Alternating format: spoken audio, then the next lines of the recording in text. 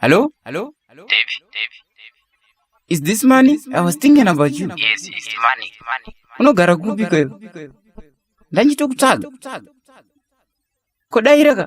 Kuwatsamwe iko, hello? Man. RTM auya nenyaya yemari. Boys. Mari nika life skill ufenyi so. Aya. Iwe uripiko. Ndichikutaka. Unoroja kupi. Waenda piko. Ko unogare piko. Ko nasi unaniko. Ile muvunze kwa uri. Asi ndipindure. Ko sei usingakutse. Taura watsamwe iko. Imwe muri yakatorara nenzara. Vange vana vari kurara maswitsi. Vachinji havana kupedza chikoro. Vange dzimba dzavo havana kupedza kuvaka. Ona chiwindi nechikoro kosa zvawanda. Maporofita ene mawanda. Vapinda uko pasi rese awanda.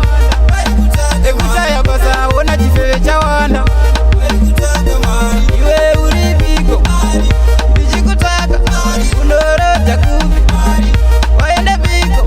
Ko unogare piko. Ko nasi unaniko. Ile muvunze kwa uri. Asi ndipindure. Ko sei usingakutse. Taura watsamwe iko.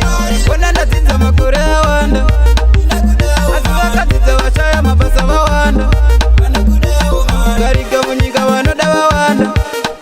Asi nekuda kwenhamo vakazorasika vawanda. Vakadzi vazhinji vari kurara mubhawa. Varume vazhinji vari kurara musango. Uyo dhiraivha ona haana kurara. Nemabhizimusi mumwe haana kurara. Iwe uripiko. Ndichikutaka. Unoroja kupi. Waenda piko. Ko unogare piko. Ko nasi unaniko. Ine muvunze kwa uri. Asi ndipindure. Ko sei usingakutse. Taura watsamwe iko. Imwe muri yakatorara nenzara. Vange vana vari kurara maswitsi. Vachinji havana kupedza chikoro. Vange dzimba dzavo havana kupedza kuvaka. Ona chiwindi nechikoro kosa zvawanda. Maporofita ene mawanda. Vapinda uko pasi rese awanda. Ekushaya basa ona chifeve chawanda. Iwe uripiko. Ndichikutaka. Unoroja kupi. Waenda piko. Ko unogare piko. Ko nasi unaniko. Ile muvunze kwa uri. Asi ndipindure. Ko sei usingakutse. Taura watsamwe iko.